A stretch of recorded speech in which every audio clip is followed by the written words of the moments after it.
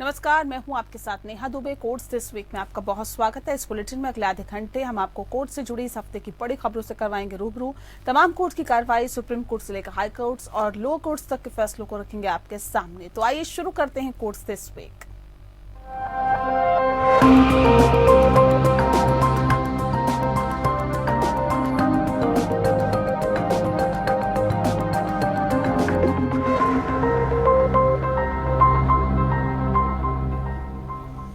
गुजरात दंगों पर बनी बीबीसी की विवादास्पद डॉक्यूमेंट्री पर लगे बैन को लेकर सुप्रीम कोर्ट ने केंद्र सरकार को नोटिस जारी किया है। शीर्ष न्यायालय ने केंद्र से 3 हफ्ते के अंदर जवाब मांगा है, लेकिन बिना सभी पक्षों को सुने कोई अंतरिम आदेश पारित करने से मना कर दिया है।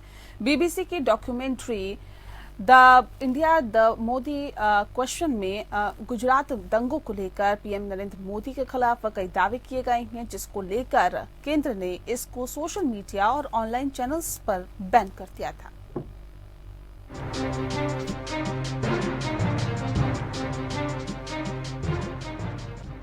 सुप्रीम कोर्ट में BBC documentary India the Modi question पर रोक लगाने को सरकारी फैसले को चुनौती देने वाली याचिकाओं पर सुनवाई हुई।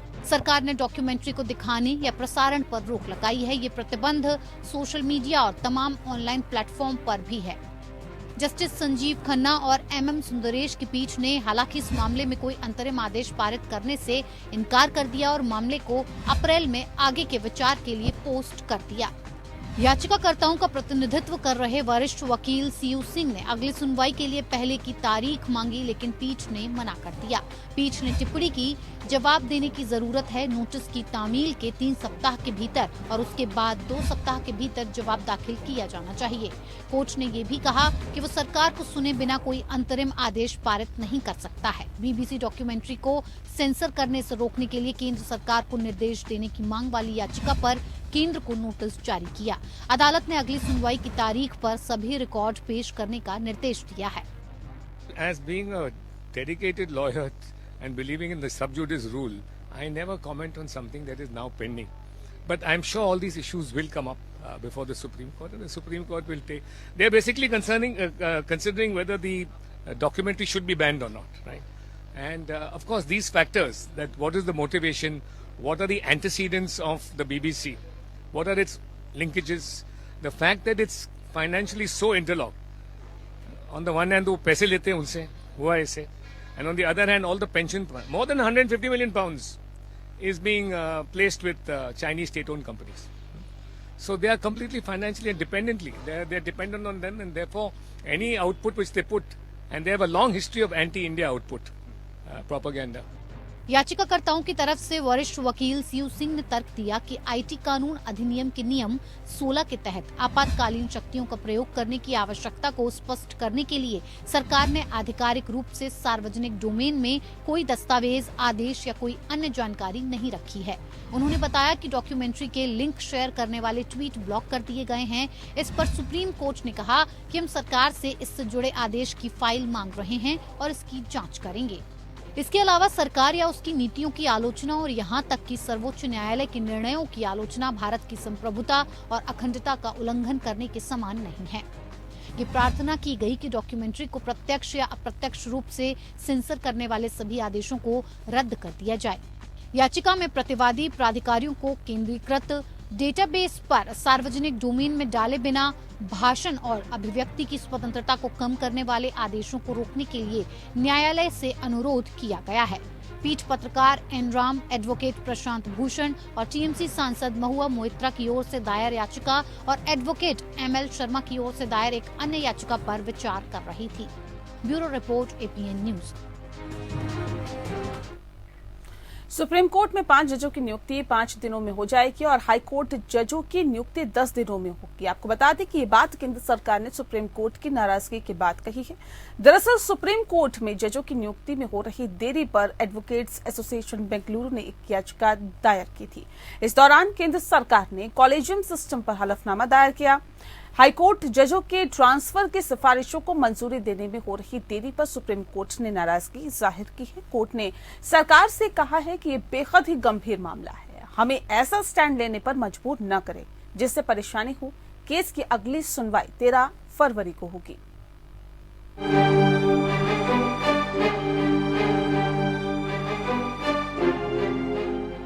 सुप्रीम कोर्ट ने हाई कोर्ट और सुप्रीम कोर्ट में कॉलेजियम की सिफारिशों के बावजूद जजों की नियुक्ति में देरी के मामले में केंद्र सरकार को फटकार लगाई। शीर्ष अदालत ने जजों की नियुक्ति पर फैसला लेने के लिए सरकार को 5 दिन का समय दिया। इतना ही नहीं, सुप्रीम कोर्ट ने कहा कि सरकार हमें सख्त फैसले लेने को मजबूर न करे। उच्चतम न्यायालय की फटकार के बाद अटॉर्नी जनरल आर वेंकटरमणी ने कहा कि सुप्रीम कोर्ट में खाली पदों की भर्ती पर रविवार तक फैसला हो जाएगा। अब इस मामले में जस्टिस संजय किशन कौल और जस्टिस अभय एस ओक की अदालत में 13 फरवरी को सुनवाई होगी। कोर्ट में सुनवाई की शुरुआत में अटॉर्नी जनरल वेंकटरमणी ने कहा कि सुप्रीम कोर्ट कॉलेजियम से हमारे पास 13 प्रस्ताव आए हैं। जस्टिस कौल ने कहा कि हमारे पास जो था वो हमने आपको भेज दिया है, अब हमारे पास कुछ भी लंबित नहीं है। शीर्ष अदालत ने कहा कि आपका रवैया हमारे लिए परेशान करने वाला है। हाई कोर्ट में जजों के तबादले की हमारी सिफारिशों पर अब तक कोई अमल नहीं हुआ। जब हमें लगता है कि किसी जज को किसी वजह से ए कोर्ट या बी कोर्ट में होना चाहिए तभी हम सिफारिश करते हैं, लेकिन आप उसे भी लटकाए रहते हैं। ये गंभीर मुद्दा है। जस्टिस संजय किशन कौल और अभय एस ओका की बेंच ने अटॉर्नी जनरल एन वेंकटरमणी से सवाल किया कि दिसंबर में जारी सुप्रीम कोर्ट में 5 जजों को प्रोन्नत करने के कॉलेजियम के प्रस्ताव को कब अधिसूचित किया जाएगा। जब एजी ने कहा कि इसे जल्द ही किया जाएगा तो बेंच ने अपने आदेश में रिकॉर्ड करना शुरू कर दिया। एजी ने प्रस्तुत किया कि अब तक सुप्रीम कोर्ट के लिए की गई 5 सिफारिशों के वारंट 5 दिनों के भीतर जारी किए जाएंगे। अदालत के दबाव के बाद एजी ने हाई कोर्ट के जजों की नियुक्ति 10 दिनों में करने की बात कही। केंद्रीय कानून मंत्री किरेन रिजिजू ने गुरुवार को राज्यसभा को सूचित किया कि जजों की नियुक्ति के लिए सुप्रीम कोर्ट कॉलेजियम द्वारा अनुशंसित कुल 18 प्रस्तावों को सरकार ने कॉलेजियम को पुनर्विचार के लिए वापस भेज दिया है। वापस भेजे गए 18 प्रस्तावों में से सुप्रीम कोर्ट कॉलेजियम ने 6 मामलों को दोहराया है। 7 मामलों में सुप्रीम कोर्ट कॉलेजियम ने हाई कोर्ट के कॉलेजियम से ताज़ा जानकारी मांगी है और 5 मामलों को सुप्रीम कोर्ट कॉलेजियम द्वारा हाई कोर्ट को भेजने का निर्णय लिया गया है। सुप्रीम कोर्ट में रिक्तियों के मुद्दे पर उन्होंने सदन को सूचित किया कि 30 जनवरी 2023 तक 34 न्यायाधीशों की स्वीकृत शक्ति के मुकाबले 7 रिक्तियों को छोड़कर सुप्रीम कोर्ट में 27 न्यायाधीश काम कर रहे हैं। विभिन्न हाई कोर्ट में 1108 न्यायाधीशों की स्वीकृति शक्ति के मुकाबले 775 न्यायाधीश कार्यरत हैं और हाई कोर्ट में न्यायाधीशों के 333 पद रिक्त हैं। इन रिक्तियों के मुकाबले हाईकोर्ट कॉलेजियम द्वारा अनुशंसित 142 प्रस्ताव सरकार के साथ प्रसंस्करण के विभिन्न चरणों में हैं। Justice SK. कौल और जस्टिस ए.एस. ओका 2021 में सुप्रीम कोर्ट कॉलेजियम द्वारा दोहराए गए 11 नामों को मंजूरी नहीं देने के खिलाफ एडवोकेट्स एसोसिएशन बेंगलुरु द्वारा दायर एक अवमानना याचिका पर विचार कर रहे थे। एसोसिएशन ने तर्क दिया कि केंद्र का आचरण पीएलआर प्रोजेक्ट्स लिमिटेड बनाम महानदी कोलफील्ड्स प्राइवेट लिमिटेड के निर्देशों का घोर उल्लंघन है, जिसमें सुप्रीम कोर्ट ने निर्देश दिया था कि कॉलेजियम द्वारा दोहराए गए नामों को केंद्र द्वारा 3 से 4 सप्ताह के भीतर मंजूरी दी जानी चाहिए। Bureau report, APN news. तो शनिवार को केंद्र सरकार ने सुप्रीम कोर्ट में 5 नए जजों की नियुक्ति की है और सुप्रीम कोर्ट कॉलेजियम ने पिछले महीने ही नामों की सिफारिश की थी। जिन 5 नामों को मंजूरी मिली है उनमें राजस्थान हाई कोर्ट के chief justice Pankaj Mittal, Patna high court के chief justice Sanjay Karol, Manipur high court के chief justice PV Sanjay Kumar और पटना हाई कोर्ट के justice Ahsanuddin Amanullah, Allahabad high court के जस्टिस मनोज मिश्रा का नाम भी शामिल है। वहीं साल 2021 में राजधानी दिल्ली में हुई हेट स्पीच के मामले में दिल्ली पुलिस, आपको बता दें कि सुप्रीम कोर्ट ने बताया है कि उसकी जांच लगभग पूरी हो चुकी है कि दिल्ली पुलिस ने कहा है सुप्रीम कोर्ट में। वहीं वे जल्द ही इस मामले में चार्जशीट दायर करेगी। दिल्ली पुलिस की तरफ से सुप्रीम कोर्ट में पेश हुए additional solicitor general K M. Nataraj ने ये जानकारी दी है। Chief justice D Y. Chandrachud, justice P S. Narasimha और जस्टिस जे.बी. पारदीवाला की बेंच अब इस मामले पर 3 हफ्ते बाद सुनवाई करेगी। इससे पहले सुनवाई में कोर्ट ने दिल्ली पुलिस से पूछा था एफआईआर दर्ज करने में 5 महीने आखिर क्यों लगे।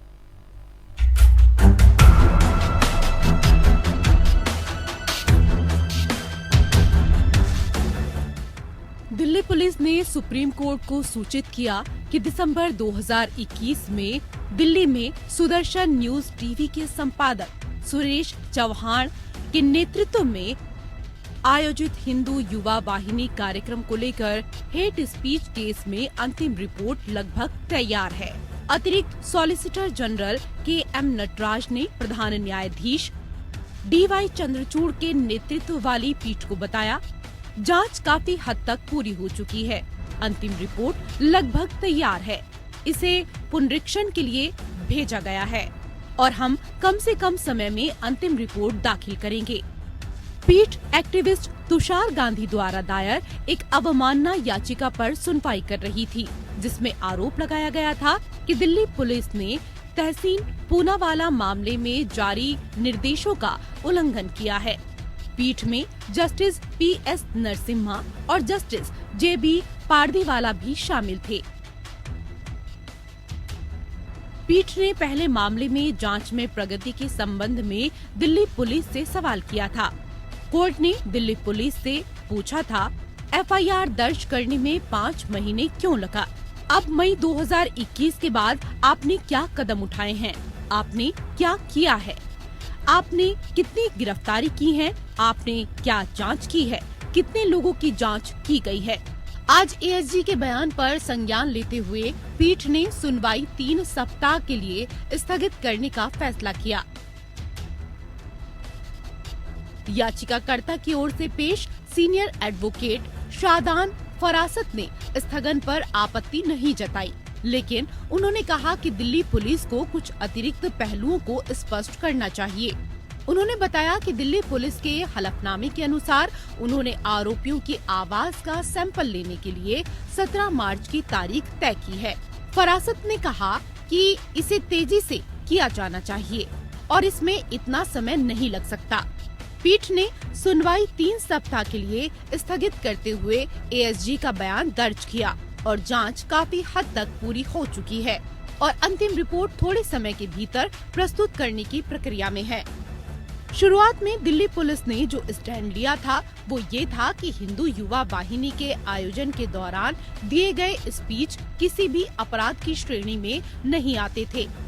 हेट स्पीच के अपराधों के खिलाफ कार्रवाई की मांग वाली एक अन्य याचिका के जवाब में दिल्ली पुलिस ने एक हलफनामे में कहा कि किसी भी समुदाय के खिलाफ कोई हेट स्पीच नहीं दी गई।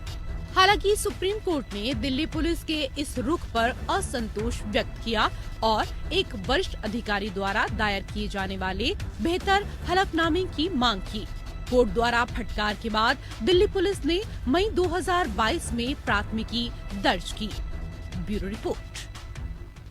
अहमदाबाद के मोटेरा स्थित आश्रम की शिष्या के साथ दुष्कर्म के मामले में गांधीनगर सेशन कोर्ट ने आशाराम बापू को आजीवन कारावास की सजा सुनाई है। अतिरिक्त सत्र न्यायाधीश DK सोनी ने शिष्या से दुष्कर्म के मामले में आसाराम को सजा सुनाई है। कोर्ट ने 6 लोगों को बरी किया है। कोर्ट ने आसाराम पर 50,000 रुपए का जुर्माना लगाया है। पीड़ित शिष्या ने 2013 में आसाराम समेत 7 अन्य के खिलाफ अक्टूबर 2013 में FIR दर्ज कराई थी। एक दिन पहले कोर्ट ने इस मामले में अन्य 6 आरोपियों को दोषी करार देते हुए आसाराम पर आरोप तय किए थे और दोषी माना था। कोर्ट ने आसाराम को वीडियो कॉन्फ्रेंसिंग के जरिए पेश किया गया था। बता दें आपको कि आसाराम फिलहाल जोधपुर की सेंट्रल जेल में बंद है।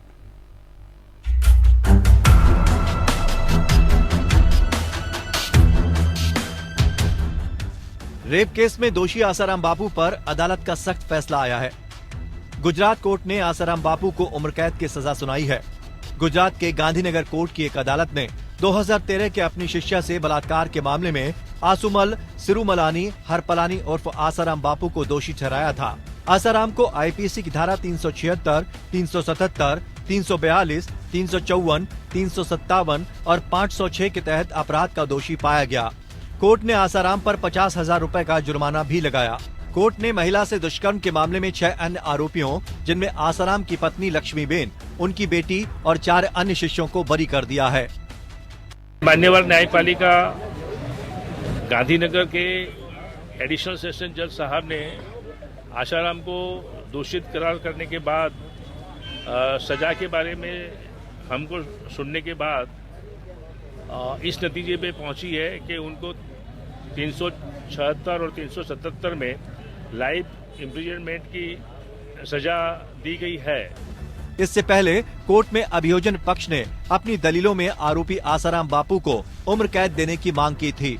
साथ ही कहा कि आरोपी आदतन अपराधी है और उस पर भारी जुर्माना भी लगाया जाए। आसाराम बापू फिलहाल जोधपुर जेल में बंद हैं, जहां वो एक नाबालिग लड़की के साथ दुष्कर्म के मामले में उम्र कैद की सजा काट रहा है। गांधीनगर की सेशन कोर्ट ने साल 2013 में एक महिला से दुष्कर्म के मामले में आसाराम बापू को दोषी ठहराया था। आसाराम बापू ने साल 2001 से 2006 के बीच महिला शिष्या के अहमदाबाद के मोटेरा स्थित आश्रम में रहने के दौरान कई बार दुष्कर्म किया था। सूरत की रहने वाली एक महिला ने अक्टूबर 2013 में आसाराम और 7 अन्य के खिलाफ बलात्कार और अवैध तरीके से कैद रखने का आरोप लगाते हुए मामला दर्ज कराया था। एक आरोपी की मुकदमा लंबित रहने के दौरान मौत हो गई। जुलाई 2014 में मामले में आरोप पत्र दायर किया गया था। अभियोजक कोदेकर ने कहा कि आसाराम ने जो अपराध किया है उसमें उम्र कैद या फिर 10 साल की सजा का प्रावधान है, लेकिन हमने मांग की थी कि आसाराम ऐसे ही अन्य मामले में जेल की सजा काट रहा है और आदतन अपराधी है। ऐसे में अभियोजक ने आसाराम को सख्त सजा देने और भारी जुर्माना लगाने की भी मांग की थी। आसाराम वर्तमान में एक अन्य बलात्कार के मामले में जोधपुर की सेंट्रल जेल में आजीवन कारावास की सजा काट रहा है, जिसमें उसे वर्ष 2018 में दोषी ठहराया गया था। उसे वीडियो कॉन्फ्रेंसिंग मोड के माध्यम से गांधीनगर अदालत में पेश किया गया था। वर्तमान मामला साल 2013 का है। गुजरात के सूरत जिले की एक लड़की ने आसाराम पर आरोप लगाया था कि 2001 में आसाराम ने उसका अहमदाबाद स्थित आश्रम में बार बार बलात्कार किया। आसाराम को राजस्थान पुलिस ने साल 2013 में गिरफ्तार किया था और तब से वो जेल में है। Bureau report. मनी लॉन्ड्रिंग मामले में गाजियाबाद कोर्ट की कार्रवाई को रद्द करने के लिए राणा अयूब की याचिका पर सुप्रीम कोर्ट ने फैसला सुरक्षित रखा है। सुप्रीम कोर्ट तय करेगा कि गाजियाबाद अदालत के समन को रद्द किया जाए या फिर नहीं।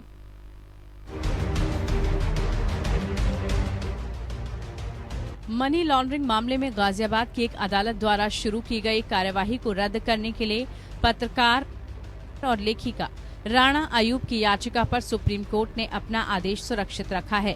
ईडी और अयूब की दलीलें सुनने के बाद फैसला सुरक्षित रखा गया है। सुप्रीम कोर्ट तय करेगा कि गाजियाबाद अदालत के समन को रद्द किया जाए या फिर नहीं। याचिका में गाजियाबाद की एक विशेष अदालत द्वारा पारित आदेश को चुनौती दी गई थी। गाजियाबाद कोर्ट ने प्रवर्तन निदेशालय द्वारा उनके द्वारा चलाए जा रहे क्राउड फंडिंग अभियानों में मनी लॉन्ड्रिंग का आरोप लगाते हुए अभियोजन पक्ष की शिकायत पर संज्ञान लिया था। जस्टिस वी रामासुब्रमण्यम और जस्टिस जेबी पारदीवाला की बेंच ने मामले की सुनवाई की।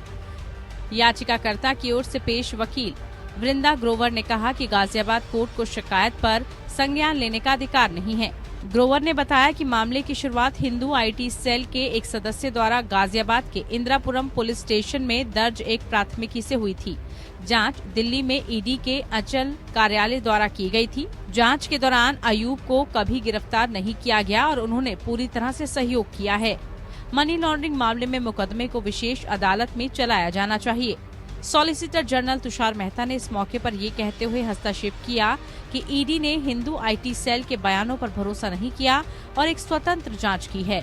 सॉलिसिटर जनरल तुषार मेहता ने ईडी की ओर से पेश होकर कहा कि मनी लॉन्ड्रिंग एक अकेला अपराध नहीं है और ये अनुचित अपराध से जुड़ा हुआ है।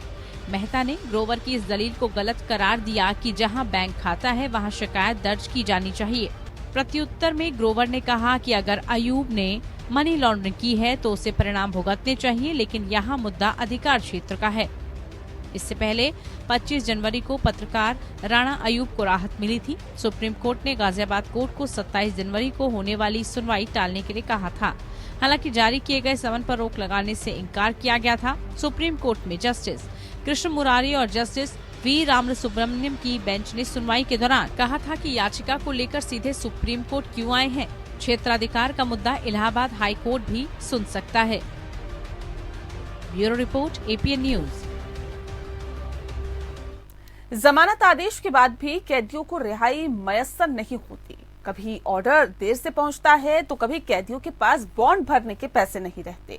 इस मसले को सुलझाने के लिए सुप्रीम कोर्ट ने विस्तृत दिशा निर्देश जारी किए हैं। रिपोर्ट देखें।